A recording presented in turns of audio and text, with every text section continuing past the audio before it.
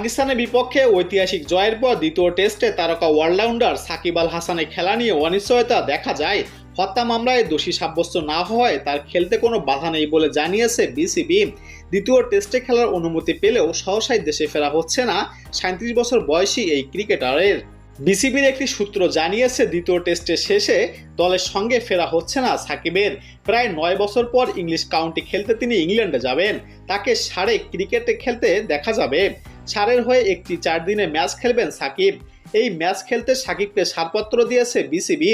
আগামী 5 থেকে 14 সেপ্টেম্বর পর্যন্ত সাকিবকে ছাড়পত্র দেওয়া হয়েছে। জানা গেছে সেই ম্যাচ শেষ করে ভারতের বিমান ধরবেন তিনি। সেখানে টেস্ট ও টি-20 সিরিজ খেলবে শান্তরা। সব মিলিয়ে লম্বা সময়ের জন্য দেশের বাইরে থাকতে হবে সাকিবকে। আগামী 19 থেকে 23 সেপ্টেম্বর ভারতের চেন্নাইয়ে স্টেডিয়ামে অনুষ্ঠিত হবে প্রথম টেস্ট, যেটি বিশ্ব টেস্ট চ্যাম্পিয়নশিপের অন্তর্ভুক্ত। এরপর 27 সেপ্টেম্বর কানপুরে সিরিজে দ্বিতীয় টেস্ট খেলবে তারা। এই সফরে বাংলাদেশ 3টি টি-20ও খেলবে।